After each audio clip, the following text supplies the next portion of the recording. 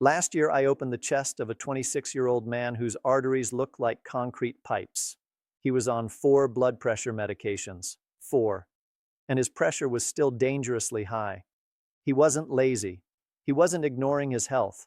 He was doing everything his doctors told him to do, and yet there he was, on my table. But here's what nobody told him. And what I'm going to tell you today, the answer was sitting in his kitchen the entire time. 5 simple things, no new prescriptions, no side effects, just food, working the way food was always meant to work. Stay with me because by the end of this video, you're going to know exactly what to do. Starting tonight, let me tell you something they don't always explain at the doctor's office. After 60, your blood pressure doesn't just go up because of stress or salt. Something deeper is happening inside your arteries. Think of your blood vessels like a garden hose. When you're young, that hose is flexible, it stretches. It absorbs pressure, it handles the flow. But as you age, the walls of those vessels start to stiffen, they lose their elasticity, and a rigid hose can't handle the same pressure a flexible one can. That's when things start to go wrong. Now here's what makes this personal for me. I've spent 30 years as a cardiac surgeon. I've held human hearts in my hands. I've repaired arteries that look like they belonged in someone 20 years older. And every single time I ask myself the same question: how did it get this far? The answer more often than not is inflammation. Chronic, silent, slow-burning inflammation in the walls of the blood vessels. You don't feel it. There's no obvious symptom, but day after day, year after year, it quietly stiffens and narrows those vessels, and your heart has to work harder and harder just to push blood through. So why does food matter so much? Because what you eat 3 times a day is either fighting that inflammation or feeding it.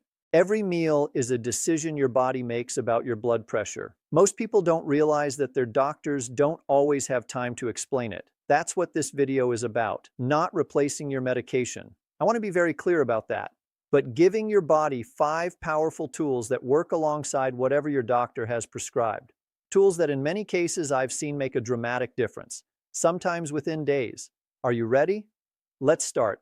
Here's a question for you. When you sit down for dinner tonight, what do you reach for first? If you're like most people, it's the bread or the potatoes or maybe a bite of whatever's closest. I want you to try something different, something that sounds almost too simple to be real. Eat your vegetables first before anything else on that plate, every single meal. Now I know what you're thinking. That's your big secret. Hear me out. When you eat vegetables first, the fiber in those vegetables forms a kind of mesh in your stomach, a physical barrier. And what that barrier does is remarkable. It dramatically slows down how fast sugar from the rest of your meal enters your bloodstream. Why does that matter for blood pressure? Because every time your blood sugar spikes sharply after a meal, your body releases a flood of insulin.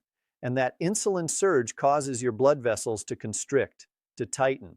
Right there at the dinner table, your pressure is going up and you have no idea it's happening. I've had patients who change nothing else. Same food, same portions, same medications, just the order: vegetables first, protein second, carbohydrates last. And their post-meal blood pressure readings dropped noticeably within 2 weeks. One of my patients, a retired teacher, 71 years old, called it the easiest thing I've ever done for my health. She wasn't wrong. So tonight, before you touch the rice or the bread, finish those grains first. Every bite counts. Now let's talk about something that's been sitting in your pantry possibly for years doing nothing. Apple cider vinegar, 1 to 2 tablespoons, a glass of water with every meal. That's it. I can already hear the skepticism, and honestly good, healthy skepticism is what keeps us from falling for nonsense. So let me show you exactly why this works. Because there is real science behind it. The active ingredient in apple cider vinegar is acetic acid. And acetic acid does 2 very important things for your blood pressure. First, it improves insulin sensitivity. Remember those post-meal blood sugar spikes that squeeze your blood vessels? Acetic acid blunts that spike. It helps your cells respond to insulin more efficiently so your body doesn't have to release as much of it. Less insulin, less constriction, lower pressure. Second, and this is the part that genuinely excited me when I first read the research, acetic acid stimulates the production of nitric oxide in your blood vessel walls. Nitric oxide is your body's natural vasodilator.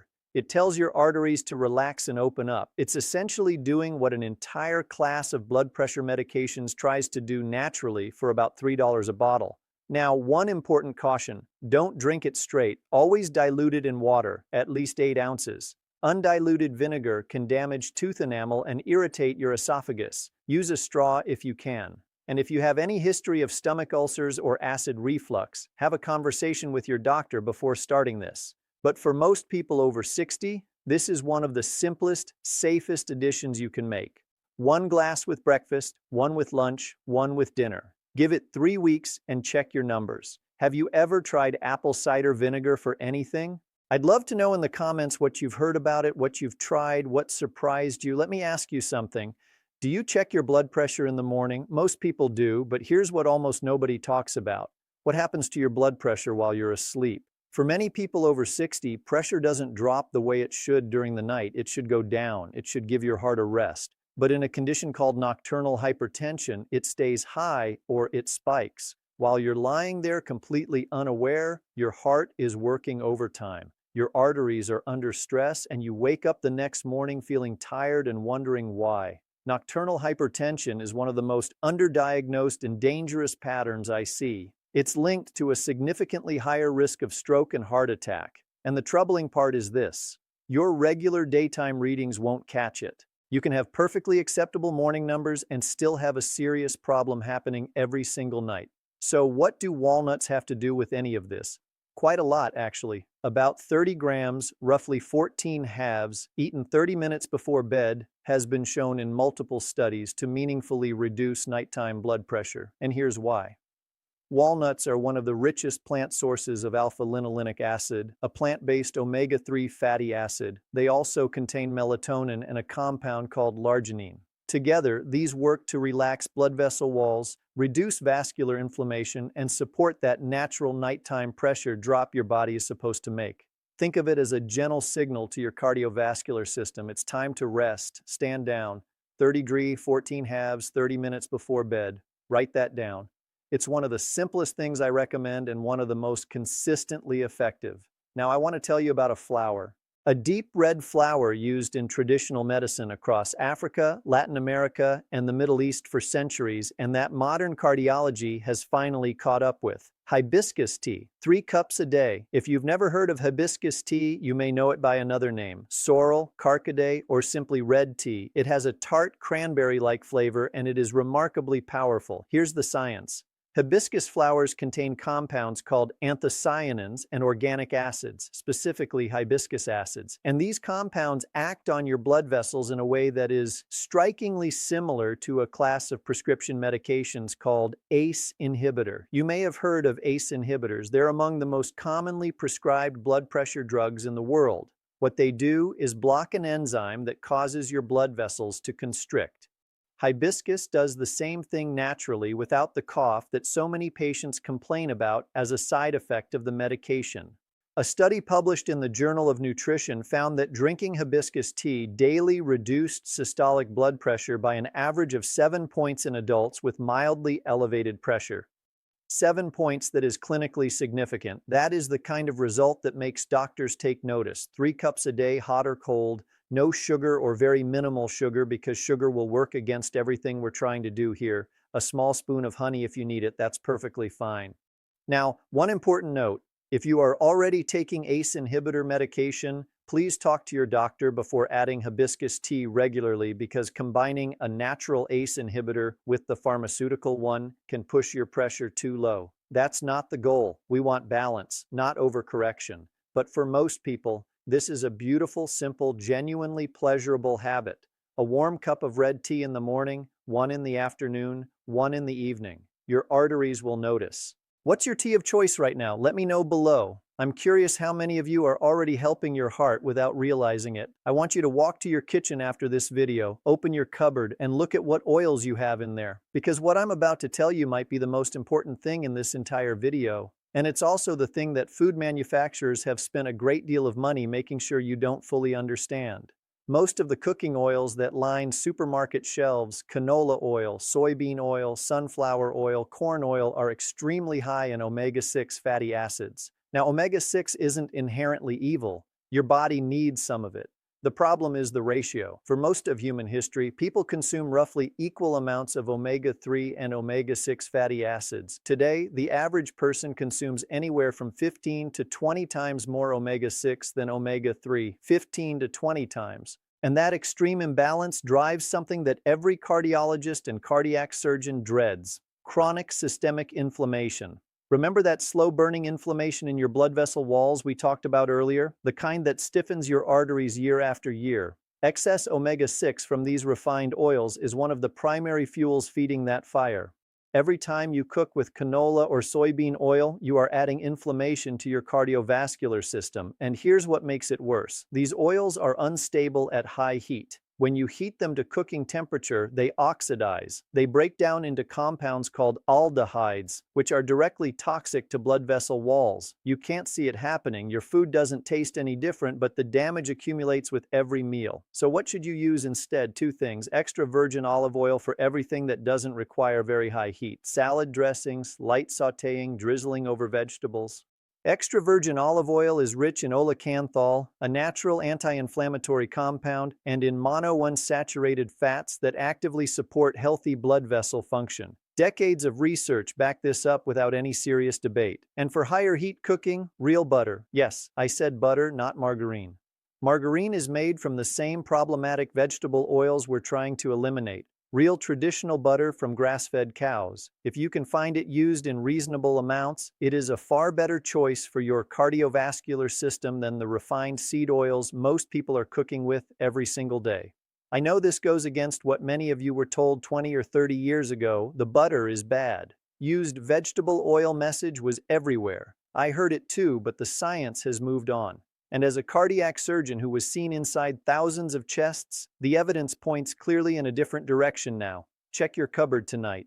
If you have canola or soybean oil, you don't have to throw it away immediately. Just stop buying it when it runs out. Replace it with extra virgin olive oil. That one change alone over 3 to 6 months can make a measurable difference in your inflammatory markers and in your blood pressure. I want to stop here for a second because I think something important needs to be said. You've just heard 5 things. Eat vegetables first. Apple cider vinegar with meals. Walnuts before bed. Hibiscus tea 3 times a day. Replace the wrong oils. And I can already predict what some of you are thinking right now. This sounds too simple. If it really worked, my doctor would have told me. I understand that reaction completely. I had it myself early in my career. But here's what 30 years of opening chest and repairing damaged hearts has taught me. The most powerful interventions are almost never the most complicated ones. The body is not looking for complexity. It's looking for the right conditions to heal itself. And here is what genuinely shocks me even now. Every single one of these 5 strategies works through the same fundamental mechanism: reducing inflammation and improving blood vessel flexibility. That's it. That's the whole game. 5 different doors, all leading to the same room. The man I told you about at the beginning, the 67-year-old with the concrete arteries, after his surgery, I sat with him and his wife for a long time. We talked about all of this. Every one of these 5 things. He made every change slowly, carefully, in conversation with his cardiologist. 6 months later, he came back for his follow-up. Dr. Clarence Martin had reduced him from 4 medications to 2. His inflammatory markers had dropped significantly. His pressure was stable, genuinely stable for the first time in years. He looked 10 years younger. And the first thing he said to me when he walked in was this: "Why didn't anyone tell me this sooner?" That question stays with me. It's part of why I make videos like this one, because the information exists, the research exists, but somewhere between the laboratory and the doctor's office and the patient sitting at their kitchen table, it gets lost. You are sitting at that kitchen table right now, and you have everything you need to start tonight, not tomorrow, not after your next appointment, tonight. That is not a small thing, that is everything. Let's bring this all together because I don't want you to leave this video with a list you'll forget by tomorrow. 5 things, 5 changes. Let me say them one more time clearly. 1. Eat your vegetables first at every meal, before the bread, before the rice, before anything else. 2. 1 to 2 tablespoons of apple cider vinegar in a glass of water with each meal. 3. 30 grams of walnuts, about 14 halves, 30 minutes before you go to sleep.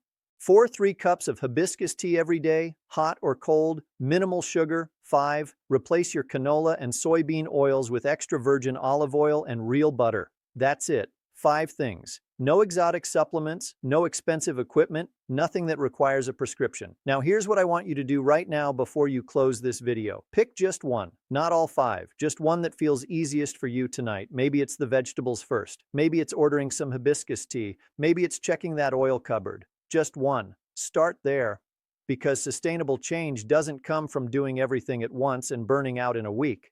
It comes from one small decision. Repeat it consistently until it becomes invisible, until it's just the way you live. I've seen this work, not in theory, in real people in their 60s and 70s and 80s who decided it wasn't too late to give their body better tools. It is never too late. Your blood vessels are remarkably responsive. Give them the right environment and they will respond. I'd love to know which of these five are you going to try first. Tell me in the comments. I read them, and if this video helped you or someone you love, please share it. There are people in your life right now who need exactly this information and have no idea it exists. And if you haven't subscribed yet, please do. Every week I bring you honest, evidence-based information that I wish every one of my patients had access to long before they needed surgery. Take care of your heart. It has been working for you every single minute of your life without asking for anything in return. It deserves this. One last thing, and this is important. Everything I've shared today is general information based on current research and my clinical experience. It is not a replacement for your personal medical care. Please do not stop or reduce any medication your doctor has prescribed without speaking to them first. Bring this information to your next appointment. Have the conversation. Your doctor is your partner in this. And these 5 strategies work best when they work alongside proper medical supervision.